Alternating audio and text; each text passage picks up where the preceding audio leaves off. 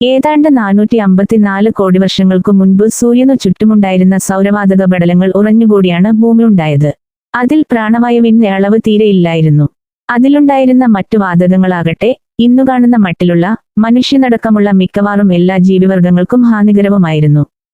അതിഭീമങ്ങളായ അഗ്നിപർവ്വത സ്ഫോടനങ്ങളും ശൂന്യാകാശത്തുനിന്ന് ധാരാളമായി വന്നു വീണുകൊണ്ടിരുന്ന അന്യവസ്തുക്കളും കാരണം ഭൂമിയുടെ ഭൂരിഭാഗവും ഉരുകിത്തിളച്ചു കിടന്നിരുന്നു. അക്കൂട്ടത്തിലുണ്ടായ ഒരു അത്യുഗ്രൻ ഉൽക്കാപാതമാണ് ഭൂമിയുടെ ഭ്രമണാക്ഷം ചരിച്ചതും അതിൽ നിന്ന് വലിയൊരു ഭാഗം അടർത്തിത്തെറിപ്പിച്ച് ചന്ദ്രനെ സൃഷ്ടിച്ചതും എന്ന് കരുതപ്പെടുന്നു. ഈ കാലം കൊണ്ട് ഭൂമി തണുത്തുറയുകയും അതിന് ഉറച്ച ഒരു പുറംതോട് ഉണ്ടാകുകയും ചെയ്തപ്പോൾ അതിനു പുറമെ ജലം സമൃദ്ധമാകാൻ തുടങ്ങി. ഭൂമിയിൽ ഏറ്റവും ആദ്യത്തെ ജൈവരൂപം പ്രത്യക്ഷപ്പെടുന്നത് 380 കോടി വർഷങ്ങൾക്കു മുൻപുള്ള കാലത്താണ്. ഇനി ജീവന്റെ ഉത്ഭവം എങ്ങനെയെന്ന് നോക്കാം. ഒരു ജീവിയിൽ നടക്കുന്ന സംയോജന പ്രവർത്തനങ്ങളാണ് ഉപചയം. ഉദാഹരണം മാംസ്യസംശ്ലേഷണം, പ്രകാശ സംശ്ലേഷണം.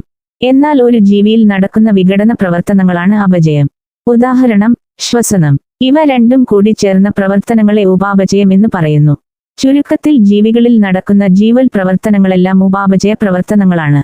ജീവന്റെ സാന്നിധ്യത്തിൽ നിർണായകമായ ഫോസ്ഫസുകൾ ഭൂമിയിൽ എത്തിയത് ഉൽക്കകൾ വഴിയാണെന്ന് സൗത്ത് ഫ്ലോറിഡ യൂണിവേഴ്സിറ്റിയിലെ ആസ്ട്രോളജിസ്റ്റുകൾ 2013 നടത്തിയ ഗവേഷണത്തിൽ ചില തെളിവുകൾ കണ്ടെത്തി.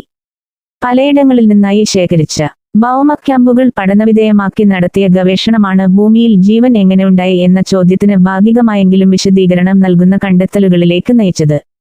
ജീവൻ ജലത്തിൽ രൂപപ്പെട്ടു. ചില അമിനോ ആസിഡുകളാണ് ആദ്യമുണ്ടായത്. അതിൽ നിന്നും ഏകകോശ ജീവികൾ രൂപപ്പെട്ടു. ഒരു കോശത്താൽ നിർമ്മിതമായ ജീവികളെയാണ് ഏകകോശ ജീവികൾ എന്ന് വിളിക്കുന്നത്. അമീബ, പാരമീസിയം, യുഗ്ലീന, ക്ലമിഡോമോണസ്, ആൽഗൾ, ഫംഗസ്, ഈസ്റ്റ് എന്നിവ അതിൽപ്പെടുന്നു. അനേകം കോശങ്ങളാൽ നിർമ്മിതമായ ജീവികൾ ബഹുകോശ ജീവികൾ എന്നറിയപ്പെടുന്നു.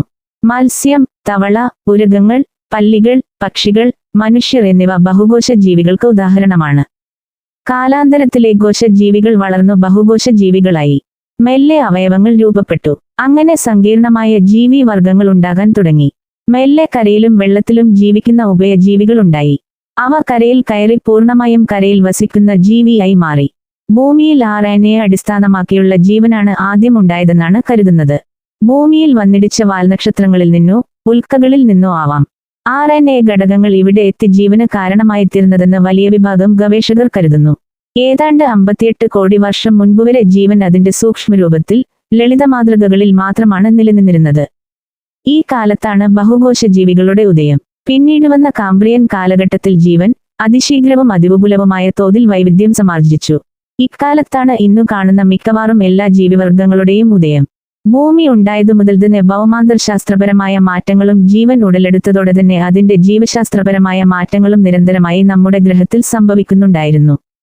ജൈവമാതൃകകൾ തുടർച്ചയായി പരിണമിച്ചുകൊണ്ടിരിക്കുകയും പുതിയ രൂപങ്ങൾ കൈവരിക്കുകയും ചെയ്തു.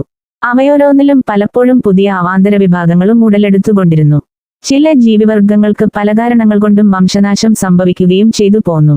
ഇപ്പോഴും നീങ്ങിക്കൊണ്ടിരിക്കുന്ന ഭൗമബലകങ്ങൾ സമുദ്രങ്ങളുടെയും വൻകരകളുടെയും അതിരുകൾ തുടർച്ചയായി മാറ്റിമറിച്ചിരുന്നതുകൊണ്ട് അവയെ ആശ്രയിച്ചു നിൽക്കുന്ന ജീവിവർഗങ്ങളും മാറിക്കൊണ്ടിരുന്നു. തിരിച്ച് ജൈവമണ്ഡലം ഭൂമിയുടെ അജൈവമണ്ഡലത്തിലും സ്വാധീനം ചെലുത്തി. ഓസോൺ പാളിയുടെ രൂപപ്പെടുത്തൽ, അന്തരീക്ഷം പ്രാണവായു സമ്പന്നമാക്കൽ, മണ്ണിന്റെ നിർമ്മിതി എന്നിവയെല്ലാം അങ്ങനെ സംഭവിച്ചതാണ്. ഇന്നലെ വരെ നമ്മൾ കണ്ടുകൊണ്ടിരുന്ന പല ജീവികളുടെ വംശനാശവും ഇന്ന് നമ്മൾ കാണുന്ന പുതിയതരം ജീവികളുടെ ഉത്ഭവവും ഇതിന് ഉത്തമ ഉദാഹരണങ്ങളാണ്.